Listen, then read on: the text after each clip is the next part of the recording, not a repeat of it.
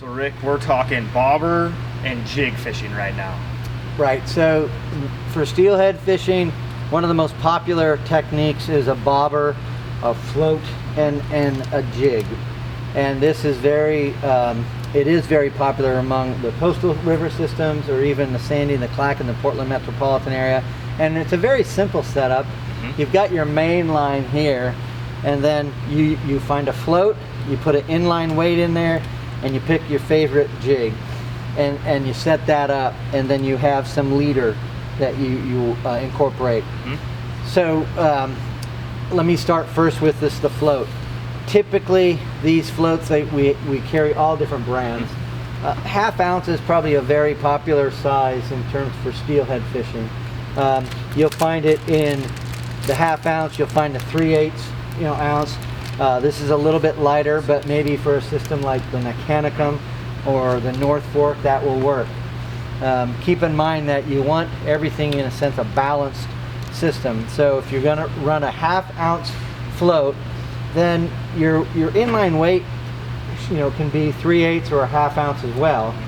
And then you add that weight plus the weight of your jig, 1/4 ounce, 1/8 ounce, even 1/16, and it should equal and might be a little bit more than the weight of the capacity of the jig or the bobber, but don't go way overboard.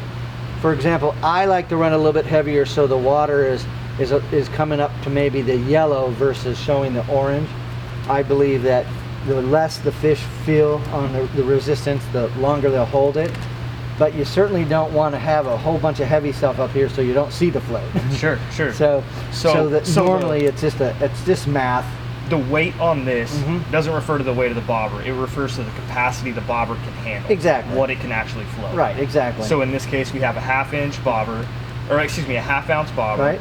Meaning that we can carry this 3/8 and 1/4 jig head. Exactly. So it equates. Exactly. And again, some guys will run a half ounce, like for example myself, I'd run a half ounce inline, and I still feel comfortable I could run an 1/8 or a 1/4 ounce jig without sinking that float. Sure. The other thing to keep in mind too is if you're fishing water that has a lot of chop to it and it's not just smooth and stuff, you might want a little bit bigger bobber. It's going to be able to withstand that chop, and it won't confuse you because sometimes in that chop it sinks a little bit. Sure. And it makes it look like there's a strike. So why don't I get a great big one? Why don't I get a 2 ounce and then run this same setup? What's the downfall with that? So it would be too big. It's going to be overwhelming. The capacity is too big for the fishery.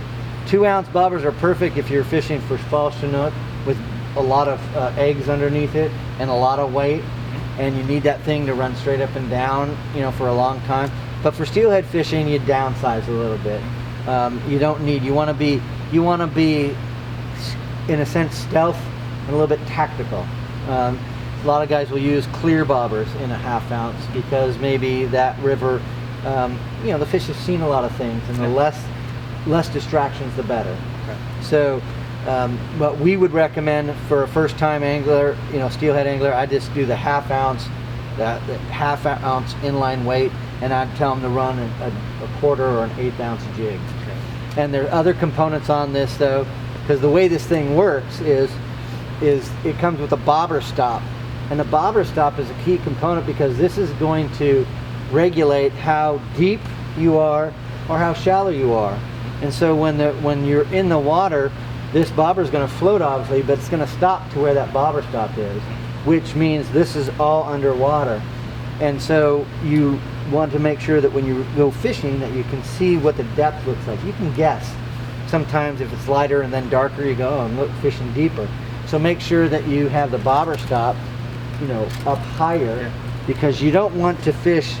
You want to fish closer to the bottom, and that's how you adjust it. And it is a constant adjustment in some cases because the river in most cases is not going to be the same depth all the time. Sure. And so in this case, I want to run my jig just off the floor, right? Yeah, maybe you maybe a foot off or something like that. Sometimes it might tick the bottom, which is not a problem. But you usually want that bobber when you're looking at it from a river left to right to come straight up and down like that. And if it's running like that, that means the bottom is dragging, and you don't want that. If it's running like this, that means that whatever down here is running faster than the bobber, so the current down below, so you have to make adjustments for that. And that this takes time and experience. And then the leader itself, again, is usually, 12-pound, 10-pound leader. You can use monofilament or you can use fluorocarbon. Fluorocarbon properties are going to be more abrasion resistant. It's going to disappear better in the water. It's going to be stronger. There's less memory. So that's not a bad option. Okay, so it seems like we have the choice of either one of these slider bobbers that we can control our depth manually, which is kind of a nice feature, or we can get one that's an actual standard, like a stable one, right? You can buy a fixed bobber. So Mustad sells these fixed bobbers that are popular, and that you basically say, you know what, I'm setting it at a certain depth, and that's just the way it's going to be. And those are very popular in some river systems too, or in places that you have a consistent depth, and so you don't have to worry about it.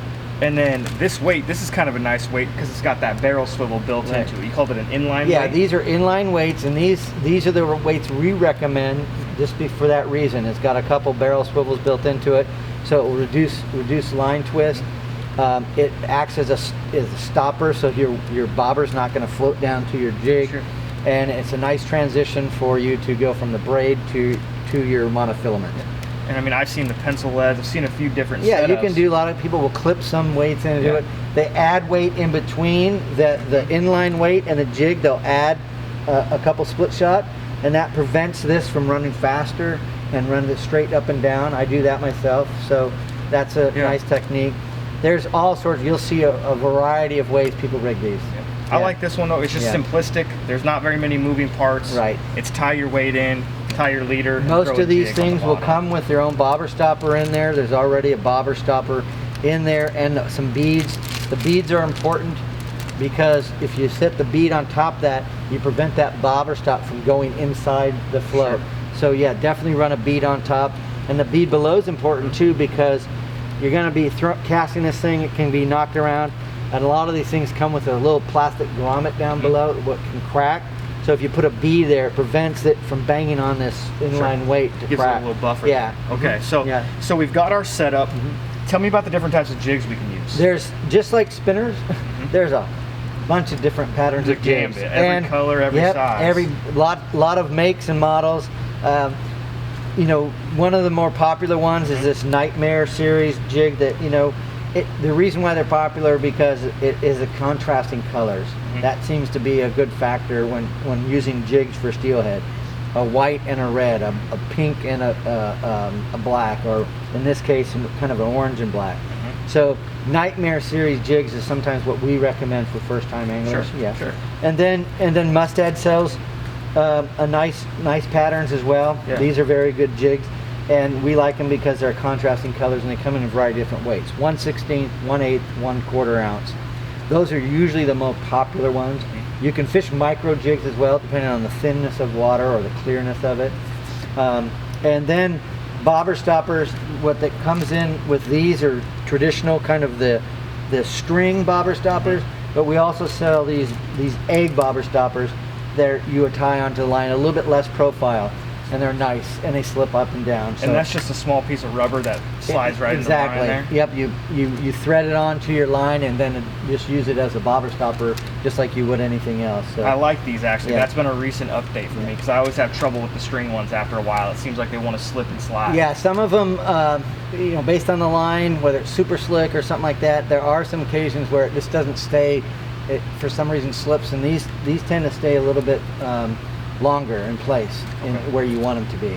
So in this case, I'm going to get my 3/8 because we're actually out of half ounces right now. So that's a popular size, I'm assuming. But 3/8 will work just fine. We shouldn't always be fooled by the empty things, right? If there's one of those spinners left, it doesn't necessarily mean that's the best one. Not necessarily. I mean, it could be that one customer just liked that one and grabbed a bunch of them. Yeah. So I think what our recommendation is to stick initially with the basics. A brass, a chrome, or a nickel, some contrasting colors in terms of jigs, and then go out and work them.